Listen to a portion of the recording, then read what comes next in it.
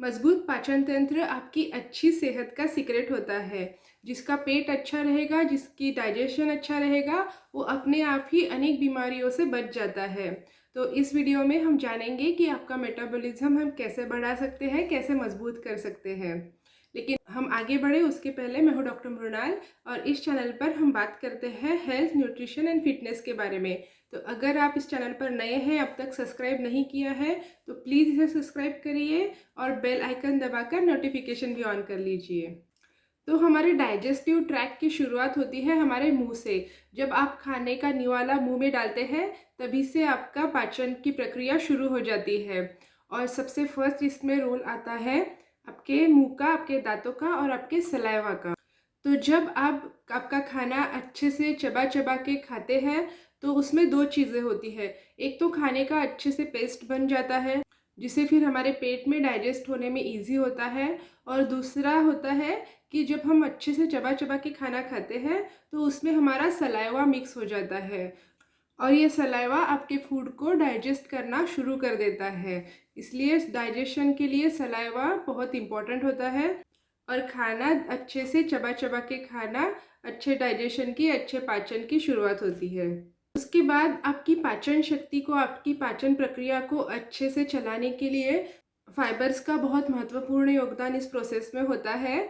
क्योंकि फाइबर्स जो होते हैं वो आपका डाइजेशन तो अच्छा करते ही है, उसी के साथ ही वो आपके आंतों को भी साफ करने का काम करते हैं। इसलिए अगर आप कभी देखेंगे कि कुछ लोग जिनके खाने में बिल्कुल फाइबर्स नहीं होते हैं, जो मोस्टली नॉनवेज फूड खाते हैं, प्रोसेस फूड खाते हैं, उनको फिर कब्ज़ की शिकायत हो जाती है, उनको कॉन्स्टिपेशन हो जाता है। क्योंकि अगर आपके खाने में फाइबर्स नहीं होंगे तो आपका पेट साफ नहीं हो सकता। इसीलिए फाइबर्स आपके खाने में भरपूर मात्रा में होना बहुत ज़रूरी होता है। उसी के साथ ही फाइबर्स आपके कोलेस्ट्रॉल कम करने में मदद करते हैं। फाइबर का एक और फ़ायदा ये है कि फाइबर खाने से आपका वेट लॉस होने में मदद होती है। तो ये फाइबर्स आपको आपके खाने में भरपूर इस्तेमाल करने हैं, भरपूर मात्रा में उनको खाना है। तो फाइबर्स किस में होते हैं? सबसे ज़्यादा फाइबर्स होते हैं ग्रीन वेजिटेबल्स में। जो पत्तेदार हरी सब्जियां होती है उनमें फाइबर्स होते हैं। फाइबर्स के लिए आप फ्रूट्स खा सकते हैं। उसके साथ ही जो सैलड में हम खाते हैं, ककड़ी, गाजर, इन सब चीज़ों में भी फाइबर्स होता है। अगर आपको हमेशा कॉन्स्टिपेशन की या कब्ज़ की शिकायत रहती है, हमेशा पेट की कुछ ना कुछ प्रॉब्लम लगी रहती है, तो आप इन ग्रीन वेजिटेबल्स के साथ ही और दूसरे फाइबर्स के जो सोर्सेस होते हैं, जैसे इसबगोल का पाउडर या फिर अलसी का पाउडर, इन्हें भी रोज़ के आपके खाने में इंक्लूड करेंगे तो आपको बहुत फ़ायदा होगा। अलसी बीज खाने से क्या क्या फ़ायदे होते हैं और अलसी के बीज को कैसा खाना चाहिए, इस पर मैंने एक डिटेल वीडियो बनाया है, वो भी आप इस वीडियो के बाद ज़रूर देखिएगा। उसके बाद स्मॉल एंड फ्रीक्वेंट मील्स, मतलब थोड़ा थोड़ा खाना थोड़ी थोड़ी देर में अगर आप खाएंगे तो उससे भी आपका डाइजेशन में मदद होती है। तो बहुत सारा खाना एक साथ खा लेने से आपके डाइजेशन सिस्टम पे, आपके पाचन तंत्र पे बहुत ज़्यादा लोड आ जाता है।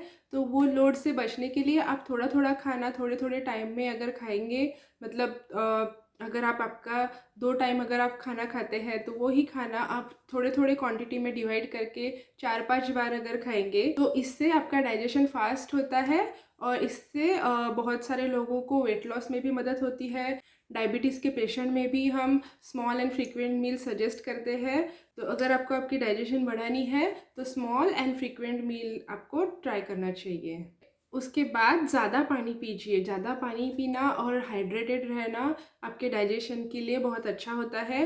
पानी का आपके डाइजेशन में बहुत हेल्प होती है। पानी आपके फूड को आगे पुश करता है। आपके शरीर में जो टॉक्सिन्स होते हैं उसको बाहर निकालने का काम पानी करता है। तो पानी हमारे शरीर को हमेशा हाइड्रेट रखना बहुत इम्पॉर्टेंट होता है। वैसे ही अगर आप डिहाइड्रेट रहेंगे, आपके शरीर में पानी की कमी रहेगी, तो आपका जो सलाइवा होता है वो भी कम सीक्रेट होता है। फिर वहाँ से आपका डाइजेस्टिव एंजाइम कम होते हैं। इसी वजह से फिर डाइजेशन में भी प्रॉब्लम आ सकती है। इसलिए हमेशा हाइड्रेट रहिए, ज़्यादा पानी पीजिए। दिन में 3 से 4 लीटर पानी पीना बहुत आवश्यक होता है। तो आप ध्यान रखिए कि आप कम से कम 3 से 4 लीटर पानी एक दिन में पी रहे हैं। तो इससे भी आपका डाइजेशन बढ़ने में मदद होगी। उसके बाद डाइजेशन में बहुत महत्वपूर्ण भूमिका होती है प्रोबायोटिक्स की। तो प्रोबायोटिक्स क्या है, जब हम पैदा होते हैं तभी हमारे पेट में, हमारे आंतों में कुछ बैक्टीरियाज रहते हैं और ये बैक्टीरिया हमें नुकसान नहीं करते, ये बैक्टीरिया हमें हेल्प करते हैं। ये बैक्टीरिया हमारे लिए बहुत अच्छे होते हैं और ये बैक्टीरिया हमें हेल्प करते हैं हमारा खाना पचाने में, डाइजेशन में और हमें स्वस्थ रखने में। तो इन बैक्टीरियाज को कहते हैं प्रोबायोटिक्स।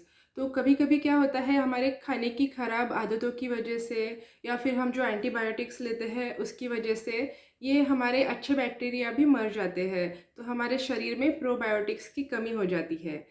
इसलिए हमारे पेट के जो प्रोबायोटिक्स हैं, हमारे जो बैक्टीरियाज हैं, उनको स्वस्थ रखने के लिए, उनको मेंटेन रखने के लिए हमें ऐसी चीज़ें खानी पड़ती है जिनमें प्रोबायोटिक्स होते हैं, जिनमें ये बैक्टीरिया होते हैं। तो मोस्टली हमारा जो दही होता है उसमें ये प्रोबायोटिक्स होते हैं, इसलिए दही खाने से आपको डाइजेशन में बहुत ज़्यादा हेल्प होगी। दही और ऐसी फर्मेंटेड चीज़ें खाना आपके पेट के लिए बहुत अच्छा है, आपके डाइजेशन के लिए बहुत अच्छा होता है।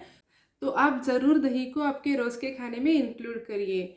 अगर आपको इरिटेबल बाउल सिंड्रोम है तो आप बाहर जो कैप्सूल्स मिलते हैं प्रोबायोटिक्स के, वो भी आप ट्राई कर सकते हैं। उन प्रोबायोटिक कैप्सूल्स में भी यही बैक्टीरियाज होते हैं जो हमारे पेट में जाके फिर हम स्वस्थ रखने में, हमें डाइजेशन में मदद करते हैं। स्ट्रेस या फिर तनाव ये एक बहुत महत्वपूर्ण कारण है आपके पेट खराब होने का, आपके पेट में गड़बड़ी होने का, आपका डाइजेशन खराब होने का। तो इससे इरिटेशन होता है आपके सिस्टम में, स्ट्रेस से आपके डाइजेस्टिव सिस्टम में इरिटेशन होता है और आपका डाइजेशन खराब होता है। तो स्ट्रेस से, तनाव से दूर रहिए, मेडिटेशन करिए, उसी के साथ ही एक्सरसाइज, डेली रेगुलर एक्सरसाइज होती है, वो आपके डाइजेशन को बढ़ाने में बहुत ज़्यादा हेल्प करती है। तो आप रेगुलर एक्सरसाइज करिए। अगर आपको तोंद है, आपका पेट बहुत ज़्यादा बढ़ा हुआ है, तो आपको आपकी तोंद कम करने की भी ज़रूरत है, क्योंकि बढ़ी हुई तोंद भी आपके डाइजेशन को स्लो करती है। इसी के साथ ही बाज़ार में मिलने वाला प्रोसेस फूड, मैदे से बनी हुई चीज़ें, तली हुई चीज़ें, बहुत ज़्यादा फैटी चीज़ें, इन सब चीज़ों से आपका डाइजेशन स्लो होता है, ये आपके डाइजेशन को कम करती है। तो इन सब चीज़ों को भी आपको बहुत ज़्यादा कट डाउन करना है। उसके बाद जो मार्केट में कार्बोनेटेड ड्रिंक्स मिलते हैं उनको भी डाइजेशन पे बहुत ख़राब असर होता है, उनसे भी डाइजेशन ख़राब होता है। तो इन ड्रिंक्स से भी आपको दूर रहना है। बार बार होने वाली एसिडिटी भी आपके खराब डाइजेशन का एक संकेत होती है। तो आपको एसिडिटी क्यों होती है और एसिडिटी के लिए घर पे हम क्या घरेलू उपचार कर सकते हैं, ये जानने के लिए ये वीडियो ज़रूर देखिए।